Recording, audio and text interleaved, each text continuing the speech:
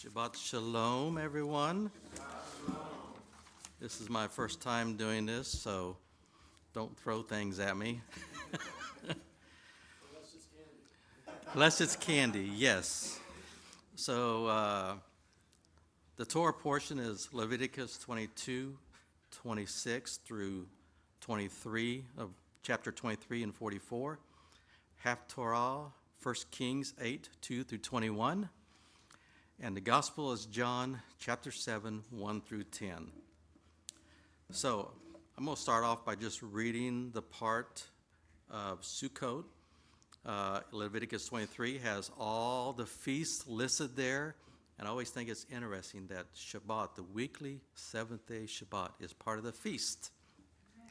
So chapter 33, or verse 33, Adonai spoke to Moses, saying, "Speak to Ben Yisrael and say, on the 15th day of the 7th month is the feast of Sukkot.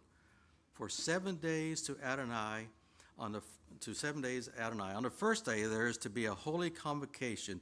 You are to do no laborious work. For 7 days you are to bring an offering by fire to Adonai." Do s'mores count outside at the fireplace? "The 8th day will be a holy convocation to you, and you are to bring an offering by fire to Adonai. It is a solemn assembly, and you shall do no laborious work." So I have a question that I like to throw out. I like to ponder on things. A lot of times I'll just think about scripture and prophecy and things. So the question I have today is, could it be that Christ was born during Sukkot? Now, there are a lot of ideas out there, I know. Some people think he was born in the spring. Some people think in the fall. Pretty much guarantee you that he was not born during the winter solstice. That's for all you sun worshipers out there. So why do you asked me, why do you think that? So I'm glad you asked. If you go to the day-year principle, a day for a year is a method of interpreting Bible prophecy, in which a day in prophecy is considered to be symbolic, a year of actual time. You can find this in Ezekiel 4:6. "When you have completed these things, you will lie on your right side and bear the iniquity of the house of Judah 40 days, a day for each year." And Numbers 14:34, "For 40 years, corresponding to the number of the 40 days you've explored the land, 1 year for each day."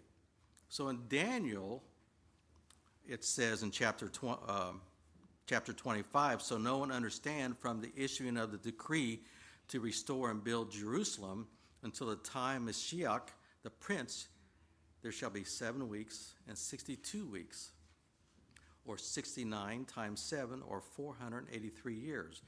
There's a lot of speculation of when decrees went out. There's several decrees that went out.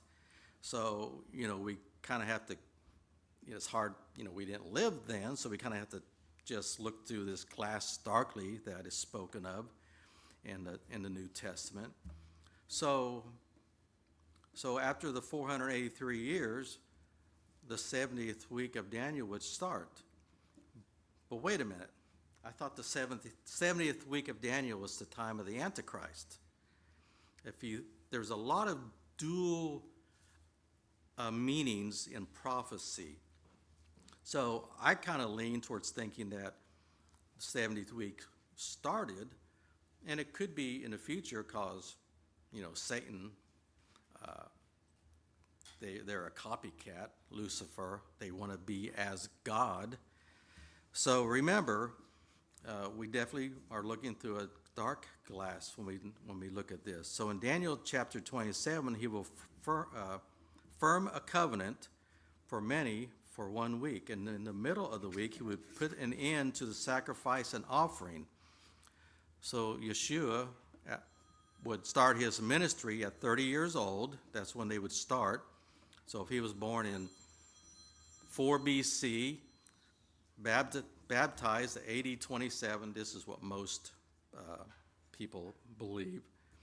And then he would go to the cross in AD 31. So if you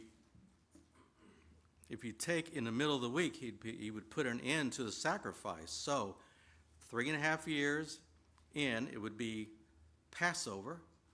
If you backtrack 3.5 years, it would be the fall. He would be 30. And if you backtrack 30 years, it would be the fall that he would have been born. So my question is, I like to think, or do you think that Christ was born during Sukkot? A lot of scholars believe he was born on the first day of Sukkot.